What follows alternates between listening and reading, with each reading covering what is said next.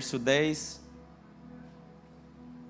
eu vou ler assim: E aconteceu no outro dia, que o mau espírito da parte de Deus se apoderou de Saul, e Saul profetizava no meio da casa, e Davi tangia a sua harpa com a sua mão, como nos outros dias.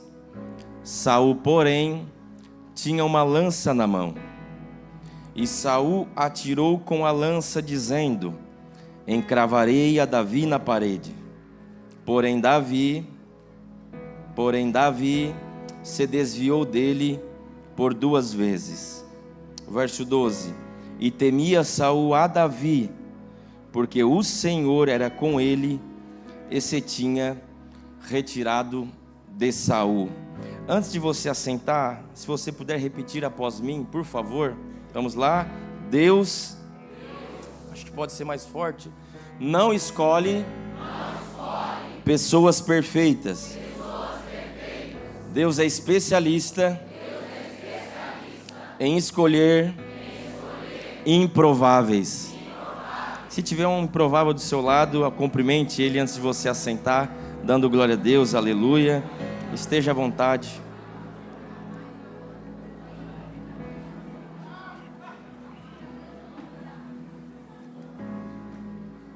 Se você puder estar com a sua Bíblia aberta, nós discorreremos ao longo de alguns textos. Eu achei lindo o pastor falar acerca do curso de teologia. A igreja está investida em ensino, em teologia, em busca da palavra, em mergulhar nas escrituras. Isso é lindo, porque é uma igreja que é fundamentada e pautada na palavra. Parabéns aos pastores que teve essa visão de excelência de plantar a palavra no coração da igreja. Isso é lindo demais. Fique com a sua Bíblia aberta, por favor. Este é o momento do texto que nós lemos no capítulo 18, muito importante da nação de Israel. É uma transição de governo. E é uma transição de reinado, e quem vai pedir a Deus um rei é o próprio povo de Israel. Você conhece a história. Primeiro rei de Israel, Saul, segundo Davi, e aqui é uma transição de governo entre os dois. Só que o que me chama a atenção é que é o povo que vai pedir a Deus um rei. E antes de Saul ser nomeado rei, Dona Arlete, o que me chama a atenção é que eu costumo dizer, pastor Rogério, que Saul no trono é o resultado do fracasso de Samuel enquanto pai. E eu explico. Porque o sacerdote Eli, antes de Saul ser rei, o sacerdote Eli fracassou como pai. Seus filhos Ofni e Finéias, ao ponto de Deus escolher lá em Efraim um levita de Eucana para, junto com a sua esposa Ana, dar à luz a um menino por nome Samuel, que seria um novo sacerdote. Não era da linhagem de Eli, mas seria um novo sacerdócio. Eu disse que Eli fracassou como pai. Acontece que Samuel, ele foi um excelente juiz, foi um excelente profeta, foi um respeitadíssimo sacerdote, porém também fracassou como pai. Eu te digo isso porque no capítulo 8, o povo de Israel vai dizer assim para Samuel: olha, Samuel, o senhor já está avançado de idade, nós respeitamos o ministério do senhor, porém nós não respeitamos e não queremos que os seus filhos reinem sobre nós. Porque Samuel, apesar de ser um excelente profeta, juiz, sacerdote, Filipe, ele comete os mesmos erros que Eli cometeu. E os seus filhos também seguem os mesmos caminhos e os mesmos erros. Não tem nada a ver com a mensagem, mas é uma palavra que o Espírito Santo sopra ao meu coração. Para nós pais, quem tem filho,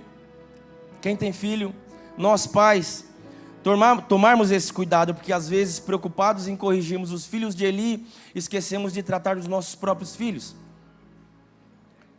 Samuel, ele fracassa como pai, e por fracassar como pai, o povo vai chegar e vai dizer: eu quero um rei. Eu vejo que todas as nações têm um rei, Israel, não queremos que os seus filhos governem sobre nós. Aí Deus vai ungir Saul como rei de Israel. Isso é tão verdade que eu disse que o resultado de Saul no trono é o fracasso de Samuel enquanto pai, que no capítulo 16, no verso 1, Deus vai chamar o profeta Samuel e vai dizer assim para Samuel: Samuel, até quando você vai ter pena de Saul? Por que ele tinha pena de Saul? Porque ele sabia que Saul no trono era o resultado do fracasso dele enquanto pai. Aí Deus vai dizer para ele no capítulo 16, acompanhe comigo: enche um chifre de azeite e vem, enviar-te-ei à casa de Jessé o belemita. Enche um chifre de azeite e... enche um chifre de azeite e... perceba, Deus não diz vai, Deus diz vem. Enche o teu chifre de azeite e vem. Em outras palavras, Deus está dizendo mais ou menos assim, irmã Silvia: só você está do lado de Saul, eu não estou mais aí do lado. Só você está apoiando o que eu não estou apoiando mais. Eu já estou do lado de fora, rapaz. Aí Deus vai dizer: enche o teu chifre de azeite e vem, porque a hora que você vir para o lugar do propósito, aí eu vou te enviar. Porque Deus nunca envia quem está na direção errada. Deus nunca envia quem está na geografia errada. Aí Deus vai dizer para ele: sai do lugar que você acha que é para estar e vem para o lugar do propósito, porque a hora que você vier para onde eu estou, aí sim eu irei te enviar. Aí Deus envia ele para a gente correr. Quando ele chega lá na cidade de Belém, ele vai chegar na casa, na aldeia da tribo de Judá, bater na casa, eu estou conjecturando, do irmão Jessé. Eu fico imaginando, porque todas as vezes que um juiz visitava uma tribo, Silvio, das duas uma, ou ele vinha trazer bênção, ou ele vinha trazer juízo. E era motivo de muita apreensão, pastor Rodney. Douglas, quando chegava um juiz numa tribo, era motivo de muita apreensão, ao ponto de o texto citar que eles perguntam: a vinda do Senhor é de paz? Aí ele vai dizer: sim, eu vim para sacrificar com vocês. Aí ele vai dizer: Deus mandou eu vir aqui para ungir o novo rei de Israel. Eu fico imaginando um cenário de silêncio na casa. Por quê? Não era probabilidade. Quando ele fala: eu vim ungir o rei de Israel, eu fico imaginando o pai, o irmão Jessé, dizendo: mas na minha casa? Sim, na sua casa. Deus me endereçou aqui para ungir o novo rei de Israel. Pois bem, eu vou trazer os meus filhos então. Ali traz os filhos, você conhece a história. Ele começa a ungir o primeiro filho. Quando ele vai derramar o azeite sobre a cabeça do primeiro filho, o que me chama a atenção é que quando ele vai derramar a cabeça sobre Eliabe, Deus fala ao coração do profeta: não é este o escolhido. Ele estranha, porque aos olhos dele ele tinha aparência de rei. Aí vai passar o segundo, Abinadab, o terceiro, Samá, e todos os outros. E todos os outros Deus fala a mesma coisa: não é esse o rei que eu escolhi. Ao ponto de Samuel dizer: mas Deus tem estatura de rei, tem cara de soldado, tem porte físico e estrutural de soldado, está pronto. Aí Deus vai dizer: não, mas não é o que eu escolhi. Aí ele vai perguntar ao pai: acabaram-se os jovens? Aí o pai vai dizer: olha, por mim acabou. Mas existe mais um. E por que ele não está aqui? Porque ele está lá no pasto cuidando de ovelhas malhadas. Manda chamá-lo. E eu sei que você já está entendendo a mensagem. O que me chama a atenção é que Davi está no ofício de pastor, cuidando de ovelhas malhadas. Entenda a inferioridade de Davi. Porque ovelhas malhadas é o coletivo de ovelhas, sim, mas também é uma qualidade de ovelha. É uma qualidade de ovelha que não é nem toda branca, nem toda escura. Ela é manchada. E por ser manchada não serve para o sacrifício, não serve para fazer roupa, não serve praticamente para nada. Ou seja, o menino cuidava de algo que não tinha valor. Eu ainda consigo aqui, pastor Rogério, aumentar a inferioridade de Davi. Por quê? Porque Davi, o ofício de pastor, ele era a partir dos 30 anos. No Brasil a maioridade é a partir dos 18, sim ou não? No Brasil, na época, o povo judeu, a maioridade era a partir dos 30. Davi tinha entre 14, 15 ou 16 anos. Ou seja, ele não tinha estrutura física, mental, psicológica. Era para estar em casa ajudando o pai e a mãe, para estar lá no campo cuidando de ovelha, exercendo um exercício de pastor, aonde a ordem era: o pastor tem que dar a vida pelas suas ovelhas. Jesus vai narrar isso no evangelho escrito por João no capítulo 10, através de parábola, que o título é O Bom Pastor e as Ovelhas. Ele vai dizer: o bom pastor veio para dar a vida às suas ovelhas. Então Davi, ele tinha essa responsabilidade, esse compromisso. E eu depreendo que a qualquer momento o pai Jessé esperava a notícia chegar na porta, de alguém que batesse na sua porta dizendo: senhor Jessé, desculpe eu trazer essa notícia. Essa era a probabilidade. Mas o seu filho menor, o adolescente Davi, o jovem, acabou de ser morto por um urso lá no meio do pasto, e não sobrou nada nem para o senhor fazer um culto fúnebre. Essa era a probabilidade na ótica humana. Mas a notícia que chegava era outra. A notícia que chegava, Grazi, era outra. A notícia que chegava era: senhor Jessé, eu não sei como, mas apareceu um leão rasgado no meio. Mas como? Não sei. O seu filho, o menor, o improvável. Eu consigo ainda aumentar a inferioridade de Davi. Por quê?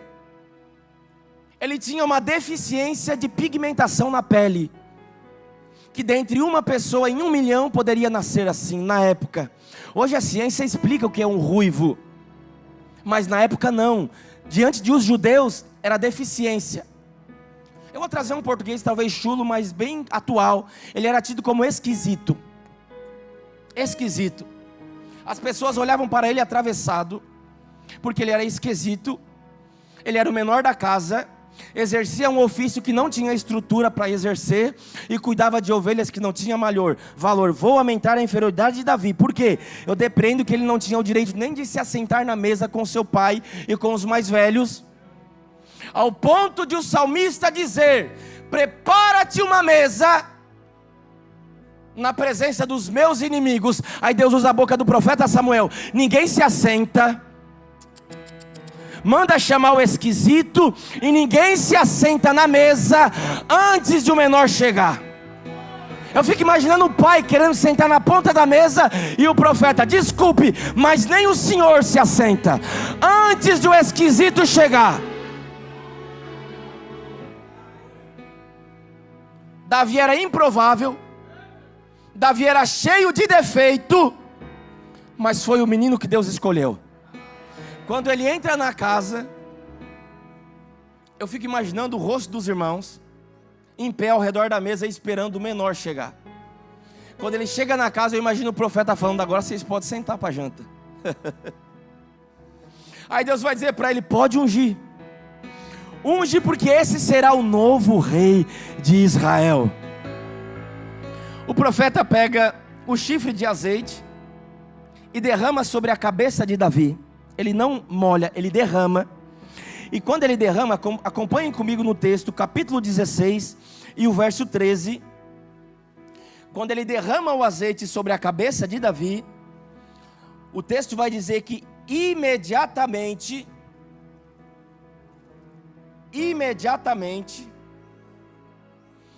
o Espírito com letra maiúscula, o Espírito do Senhor se apoderou de Davi.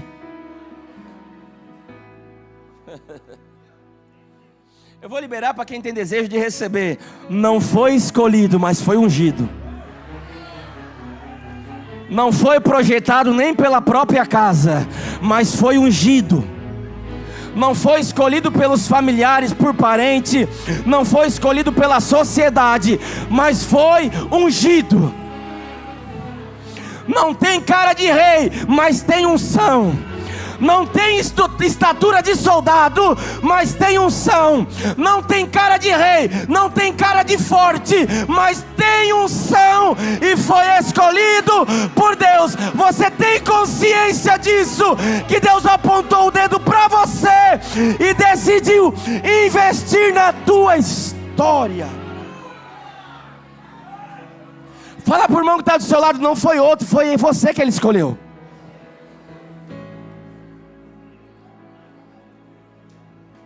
Fala assim, o escolhido é você.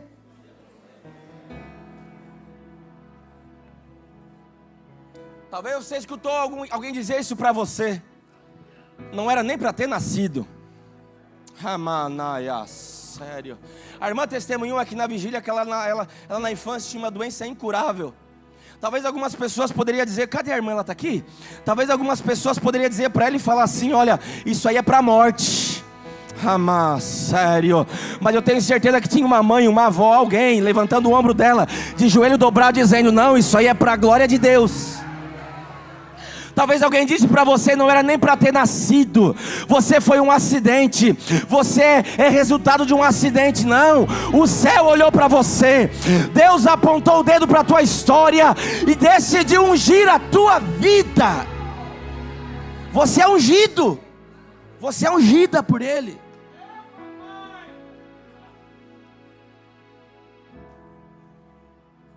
Verso 14.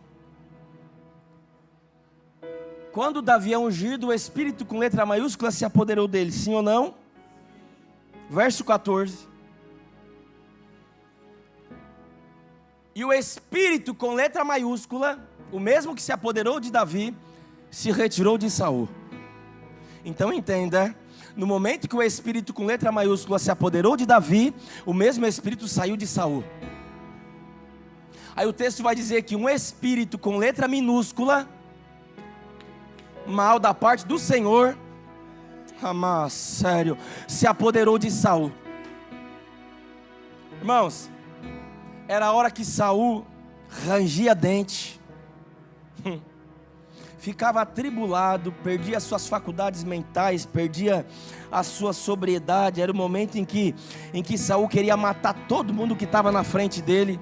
Era o momento que Saul ele perdia a noção das coisas, ele perdia o seu estado normal, e ele queria matar quem estivesse na frente dele. Saul ficava enraivado. Era o momento que o diabo entrava nele, ele entrava no diabo.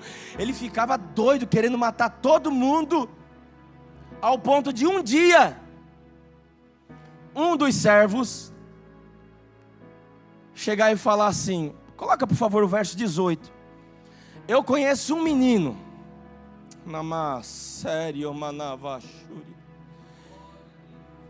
eu conheço um menino, o rei está lá quebrando tudo, porque o Espírito de Deus havia se afastado dele, e um espírito mau com letra minúscula havia se apoderado. Aí vem um servo, olha o que o servo vai falar do menino, está no texto, tá? Você lembra do currículo de Davi até ali, antes de ser ungido? Menor da casa, esquisito, improvável, não foi preparado, não foi escolhido, era o acidente, cuidava de algo que não tinha valor. Agora ele é ungido, dona Arlete, e o Espírito de Deus se apoderou dele. Aí o rei está lá quebrando tudo, aí vem um servo trazer um novo currículo do menino. Ele vai dizer, o rei, eu conheço um jovem, filho de Jessé o belemita, que sabe tocar, é valente, animoso, homem de guerra, é sisudo em palavras, e o principal, o Senhor é com ele. Você entendeu a diferença de quem tem unção e quem não tem? Não importa a roupa que você usa, meu Deus, não importa o carro que você anda, não importa a suíte que você dorme, a pergunta é, você tem unção? Manaia, sério. Olha o currículo que chega de Davi agora. Manda chamar esse menino, se ele tem todo esse tipo de talento, traz aqui agora. Aí Davi chega, se o irmão do instrumento de corda puder me ajudar, por favor, ou a guitarra ou o violão, eu te agradeço. Davi chega com uma harpa, o instrumento dele. Os instrumentos de corda são oriundos da harpa. A harpa ganhou mais formas na época medieval, 10 a 12 cordas. E depois vieram os instrumentos de corda, violão, guitarra, baixo. Aí estava lá o rei, pastor Rogério, querendo quebrar tudo. Aí vem o esquisito, com uma harpinha na mão, Douglas. E a Bíblia vai dizer que ele começa a dedilhar o seu instrumento. E na medida que ele começa a dedilhar o seu instrumento, a glória do Senhor começava a pairar sobre a casa. O texto vai dizer que Saul, do ombro para cima, pastor Carlinhos, era o que aparecia no meio da multidão. Davi era o menor, mas era ungido.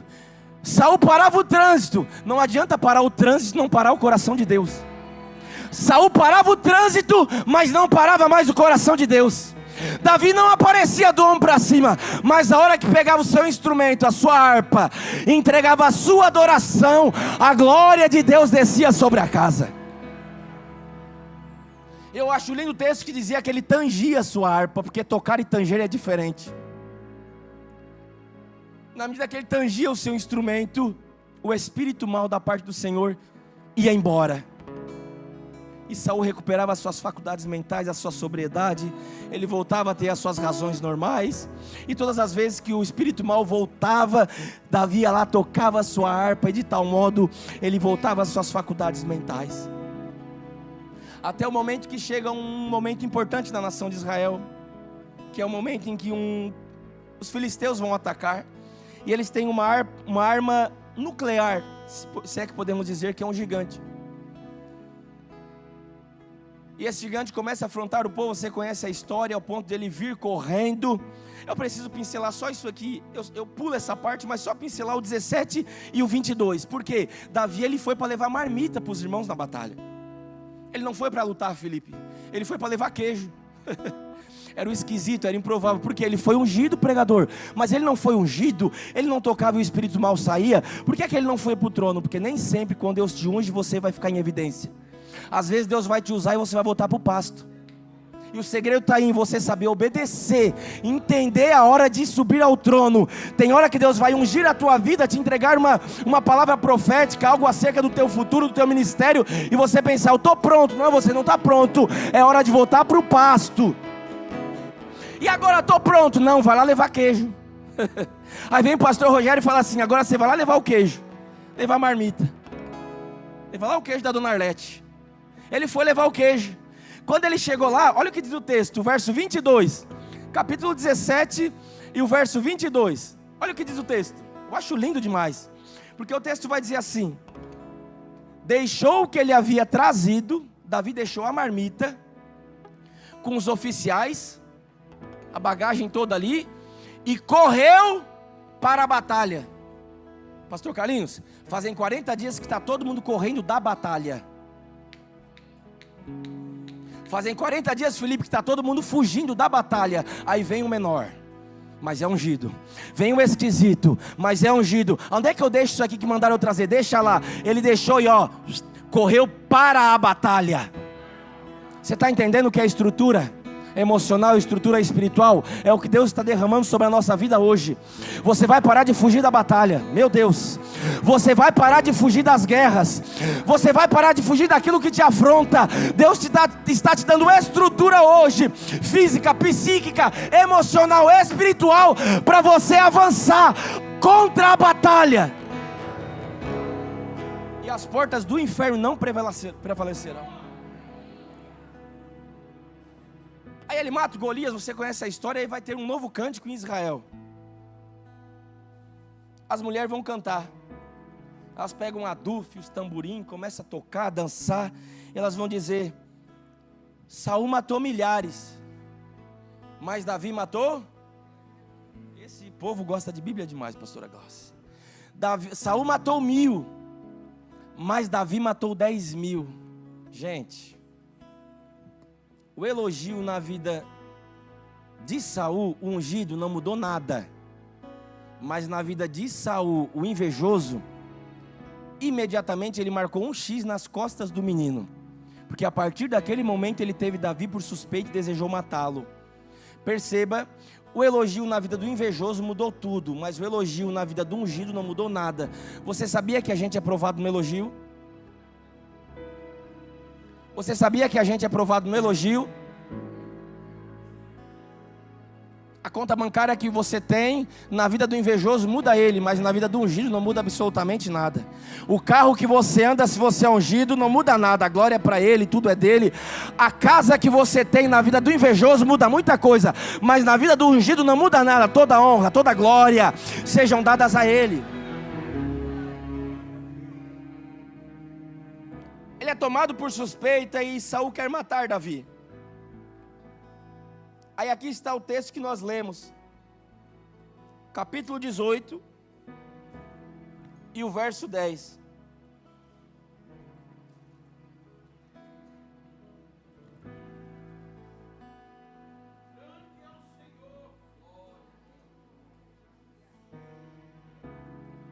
E aconteceu no outro dia, qual dia? Depois do elogio. Olha o que acontece depois do elogio. Me dê sua atenção, por favor. E aconteceu no outro dia, que dia? Depois do elogio, que o mau espírito com letra minúscula voltou na vida de Saul. Aquele espírito voltou. E o que Davi fazia para o espírito ir embora? O que Davi fazia? Tangia, tocava a harpa, tangia a harpa. Aí esse espírito mau, pastor Rogério, voltou. E além do espírito, perceba que Saul profetizava no meio da casa. Entenda que nem toda profecia é da parte de Deus. Às vezes tem profecia que é por parte de um espírito maligno. E Davi tangia a sua harpa como de dia em dia. Em outras palavras, ele tangia a sua harpa como das outras vezes. Porque a regra era essa. Todas as vezes que o espírito mau se apoderava de Saul, ele tangia a sua harpa e o espírito ia embora. Só que agora, Saul, porém, tem uma lança na mão. Vamos lá? O que Saul tem na mão? Vamos lá? O que Saul tem na mão? E o que Davi tem na mão? Vamos de novo? O que Davi tem na mão? E o que Saul tem na mão? Lança, harpa e lança. Dois objetos, sim ou não? O espírito mau sobre Saul. Davi está tangindo a sua harpa. Se puder aumentar um pouco o violão, por favor. Um instrumento de corda, ele está tangindo a sua harpa. Porque na mente dele a regra é essa. Todas as vezes que eu tanger, pastor, o espírito mau vai embora. É a regra, a gente cantou aqui o primeiro hino, você lembra? Não há ferrolhos, nem portas que se fechem, não é? A gente está acostumado, todas as vezes que a dificuldade vir, a gente vai tanger, vai adorar, e o mal vai embora. É ou não é? A regra não é essa? Só que o texto está dizendo que agora ele tem uma lança na mão. Aí o verso 11 vai dizer: e Saul atirou a lança, dizendo: eu vou encravar esse menino na parede. Mas peraí, eu queria chegar aqui. É aqui que eu quero pregar. Mas a regra não é toda vez que eu tanger a minha harpa, o espírito mau vai embora? É maná, sério. É maias. A regra não é todas as vezes que eu pagar o preço na oração, a dificuldade vai embora? Pastor Rogério, Deus me trouxe aqui para pregar para pessoas que estão pagando o preço na oração. Mesmo assim a lança está vindo.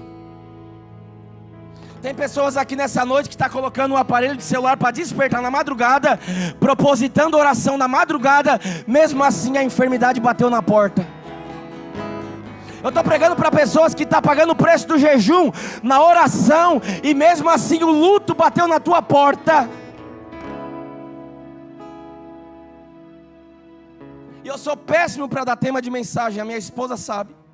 Se eu fosse dar um tema para essa mensagem seria: e quando a harpa não segura a lança? E quando a harpa não bloqueia a lança? Porque a regra não é essa, a gente vai adorar, o espírito mau vai embora. Eu sei que tem pessoas aqui que não perdem uma segunda da vitória. Maná, sério. E mesmo assim o filho está no meio da droga. Eu sei que tem pessoas aqui que não perde uma quarta do propósito, mesmo assim o marido está na bebida. Eu sei que tem pessoas aqui que estão pagando preço no jejum, na oração, e mesmo assim o médico chamou e disse: não tem mais cura. Mas eu vim pregar para uma igreja cheia de fé e dizer que o Deus de Davi,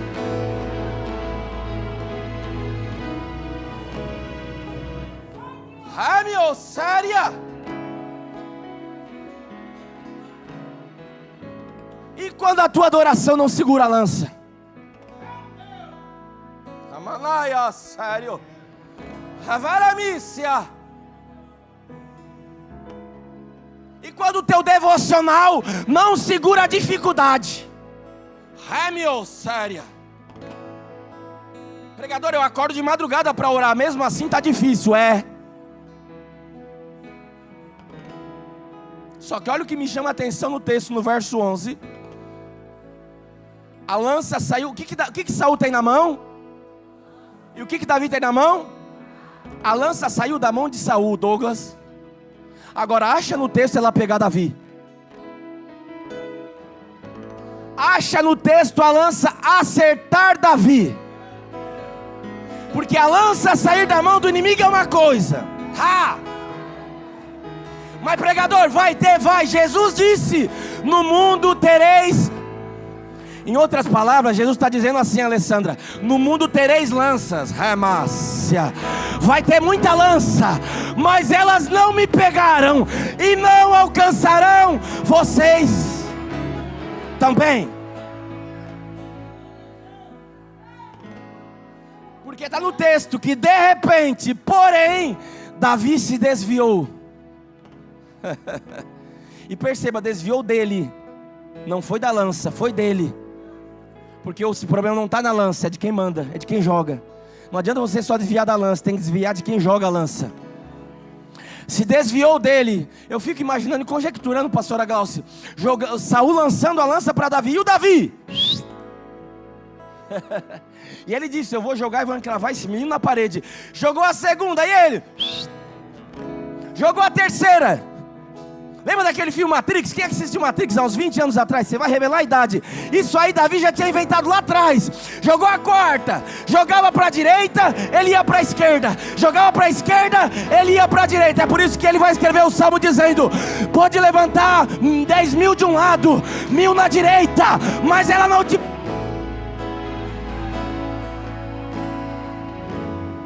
É por isso que a Bíblia compara o justo à palmeira.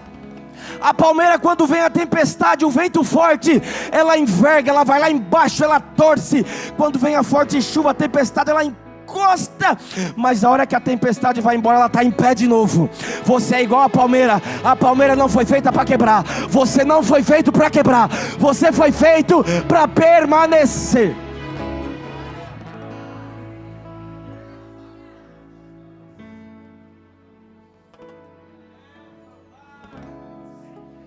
A lança até saiu da mão do inimigo, mas Deus deu estratégia para Davi.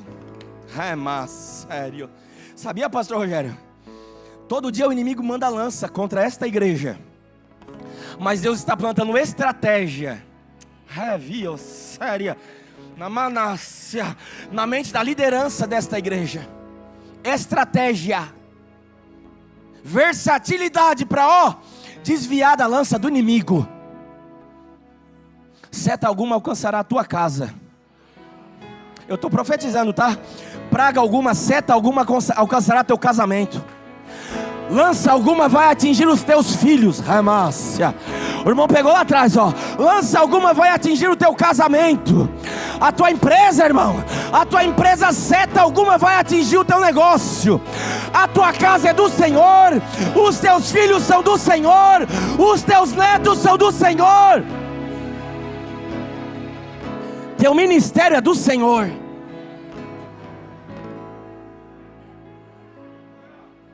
Fala para o irmão que está do seu lado: você vai ser o profeta da vez. Grita no ouvido dele: pode mandar lance. Isso fala: pode atirar lance. Uma coisa é a lança sair da mão do inimigo, a outra coisa é a lança pegar a gente.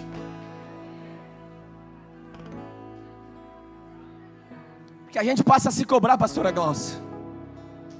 Graças, a gente começa a se tornar carrasco de si mesmo, porque a gente começa a achar que o defeito está em nós. mas eu estou jejuando, eu estou orando, eu não perco o culto, eu participo dos ministérios, e mesmo assim a dificuldade bateu lá em casa, a gente começa a se cobrar, a gente vira carrasco de si mesmo. Aí Deus me trouxe de Criciúma para dizer para você: você não foi feito para pagar de vítima, você é sobrevivente. Para de pagar de vítima, irmão. O povo de Deus não é povo coitado, não. Nós somos o povo mais feliz da terra. Deus nos trouxe para essa terra para prosperar. Deus nos trouxe para essa terra para sermos cheios do Espírito dEle.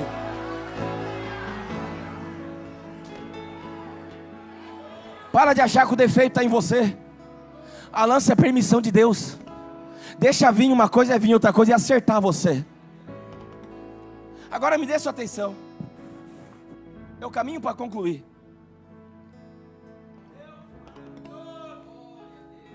Porque sabe qual é a vontade do diabo? Ô, pastor Rodney. A vontade do diabo, a vontade de Saul, do inimigo, é que Davi tirasse a lança da parede e devolvesse nele, Douglas. A irmã entendeu lá atrás, ó. A vontade de Saul, do inimigo, era que ele arrancasse a lança da parede e devolvesse nele. Só que aqui me dê sua atenção. A harpa se toca com quantas mãos? Vamos lá? A harpa se toca com quantas mãos? 2, sim ou não? Para pegar a lança da parede, o que Davi tem que fazer? Pergunta para o irmão que está do seu lado, qual é a tua escolha? Sério? Vamos tocar forte esse violão aí? Está Davi olhando para a lança na parede, e a carne dizendo: eu vou atirar. A carne gritando dentro dele: pega a lança, rapaz. O homem, o eu, a nossa natureza adâmica pecaminosa gritando no interior dele: rapaz, pega essa lança e devolve. Ele começa a dizer: não, eu fui ungido para uma grande obra, eu vou tocar harpa, eu vim para adorar.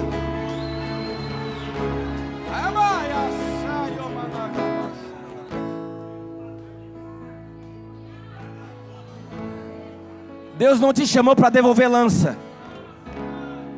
Ah, me ofendeu, vou pagar na mesma moeda. Não, irmão, vai para o joelho.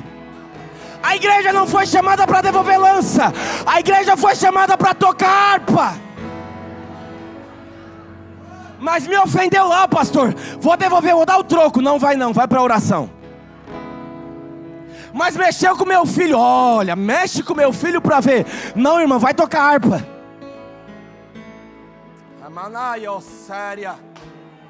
A natureza adâmica de Davi está dizendo: rapaz, tira essa lança da parede e devolve, porque tu já tem um espírito de guerreiro dentro de ti.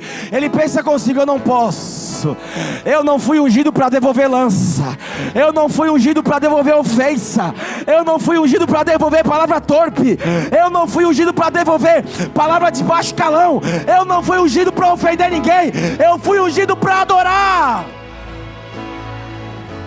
Só quem foi ungido para adorar, levanta a mão lá no alto e dá um glória mais alto que você puder.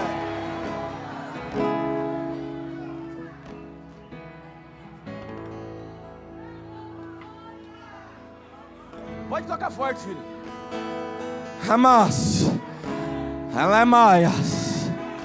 É desviando da lança com a harpa na mão. É desviando da lança com a harpa na mão. Ei, irmão, não larga a harpa. Não larga a harpa. O segredo não está na versatilidade de Davi. O segredo está no instrumento que ele carrega. O segredo não está no teu porte físico, naquilo que você tem, naquilo que você possuiu. O segredo está naquilo que você carrega dentro de você. Meu Deus. É desviando da lança com a harpa na mão. Porque sabe qual é a vontade do inferno? Salmo 137. É que você pendure a sua harpa. O povo de Israel, quando cativo na Babilônia, chegaram lá em terra estranha. O que eles fizeram? Procuraram os salgueiros, árvores nativas da Babilônia, e penduraram as suas harpas, dizendo: não temos mais prazer de louvar. Pastor, Deus está ressuscitando o ministério nesta noite. A profecia queima minha boca e eu não levo profecia para casa. Deus está ressuscitando ministérios nesta noite. Irmão, está na hora de ir lá no salgueiro, arrancar aquela harpa que você pendurou e voltar para o lugar do propósito. Está na hora de você ir lá no salgueiro, arrancar o teu ministério, colocar nos ombros e dizer: eu estou voltando, eu estou voltando, e eu estou voltando para adorar.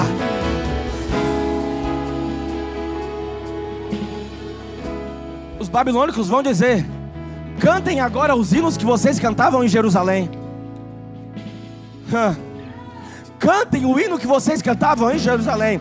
O texto vai dizer, né, Márcia, que eles vão lá no salgueiro, pegam as suas harpas do salgueiro e começam a cantar. A minha boca se encheu de riso, a minha língua de um cântico novo. E diziam em Salmo 126: entre as nações, grandes coisas Deus fez por eles. E eles diziam: é verdade, grandes coisas fez o Senhor. Vai, fala pro irmão: eu estou voltando, tá? Isso, fala: eu estou voltando, e estou voltando com o instrumento. O que é harpa, pregador? É adoração. Fala para ele: eu estou voltando para adorar. Fala: eu estou voltando para adorar. Pega na mão dele isso, pega, é profético isso. Segura a mão dele e diga: eu estou voltando para adorar.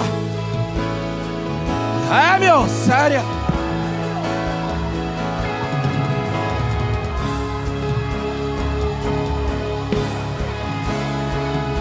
Ó, irmão tocando harpa lá atrás, ó. Ó, irmão tocando harpa lá atrás, ó. Ó, ó o Felipe tocando harpa aqui, ó. É, meu, sério. Você está voltando para adorar. É tempo de restituição. Deus restitui o teu ministério hoje. Deus restitui a tua chamada hoje. Pode fugir. Davi tentou, e ele disse: se eu for no mais profundo mar. Isso aqui é glória a Deus de quem acorda de madrugada para orar. Eu posso ir no mais profundo mar, no abismo, no alto céu, mas não tem como fugir da tua face. Para de fugir. Você está perdendo tempo. Para de fugir do propósito que Deus tem na tua vida.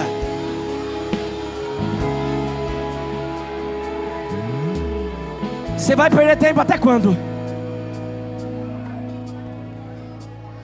Mas você vai parar de, vai continuar atrasando a tua vida até quando? Meu Deus. Deus está te esperando para um encontro no salgueiro. Meu Deus do céu. Deus te espera hoje para um encontro no salgueiro. Eu preciso encerrar.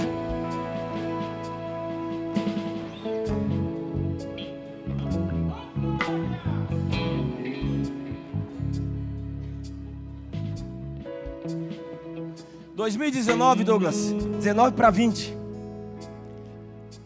Começo da pandemia foi o ano que nós em casa mais mergulhamos no sobrenatural de Deus. Pastor, mas nós mergulhamos de verdade, de não dar pé. Eu, a minha esposa, o Antônio ainda não existia. Pensa no momento que a gente viveu um nível de intimidade com Deus a partir de 2019 e 20. Sabe o que aconteceu, Rodney? Imediatamente nós saímos de um consultório médico em que a médica disse assim: olha, você tem uma endometriose, um endometrioma, e veio um diagnóstico pior ainda: você tem um câncer no colo do útero. A pergunta que não quer calar: como é que toca a harpa agora? Ei, Felipe. Ei, Esther, como é que toca a harpa agora? Até então estava tudo bem, mas de repente vem uma lança. Mas, sério. Eu lembro dentro do elevador do consultório que a minha esposa chorava copiosamente. E eu por dentro chorando também copiosamente, mas por fora tentando tirar uma estrutura exterior. E disse para ela: por que você está chorando? sacerdotes, eu disse assim para ela: por que você está chorando? Quem fez a promessa foi a doutora Sarita ou foi Deus? Doido para pegar a lança e devolver, irmão. Aí no meu coração Deus falou assim: quem fez a promessa foi a doutora Sarita ou foi Deus? Ela faz um procedimento cirúrgico que chama conização. Ela remove uma parte do fundo do colo do útero. Vai para a biópsia. Quando chega da biópsia, a médica chama e diz assim: olha, eu não sei explicar, mas não tem mais nada de câncer. Tá, calma lá.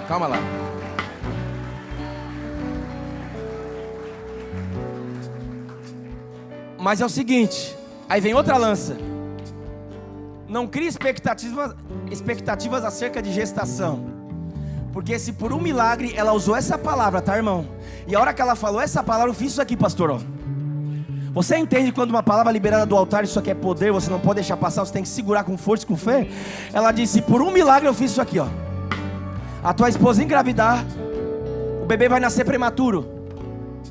Porque como ela tirou uma parte do fundo do colo do útero, o colo do útero dela é fino. Não vai suportar, estou dando um trabalho pro câmera, irmão. Não vai suportar o peso do bebê. Vai nascer prematuro. Aí eu disse para ela: deixa a médica falar, quem fez a promessa não foi ela, quem fez a promessa foi Deus. Parto normal a senhora esquece. 7 meses, 8 meses, 9 meses de gestação. Irmão, se você não crê na palavra que Deus dá sobre a tua vida, não espere outro acreditar, tá? Davi, ninguém acreditava nele. Sabe quem acreditava em Davi? Sabe quem? Me pergunte por favor, quem? Davi. Davi acreditava nele mesmo. Fala pro irmão que está do seu lado: você mais Deus é maioria. Se nem você acredita no que Deus prometeu sobre a tua vida, meu irmão, me desculpa, você tem que crer. 9 meses, a bolsa estourou. Sala 2 do Hospital Unimed em Criciúma, 3 horas da manhã, Douglas. A doutora Túlia, a médica obstetra que estava de plantão, ela dizia para as enfermeiras: mais 2 partos simultâneos. Ela dizia assim para a enfermeira, não era evangélica: vocês vão atender as outras salas, porque eu não quero sair desse quarto, porque eu estou ouvindo um cântico aqui que eu nunca ouvi na minha vida. Eu nunca vi uma mãe dando luz a um filho e um pai agarrado numa Bíblia e esse espírito no quarto. O bebê nasceu, chorou, 3,5 kg. O milagre está deitado aqui, e o nome de Jesus está sendo glorificado. Câncer, o que é você diante da grandeza do nosso Deus?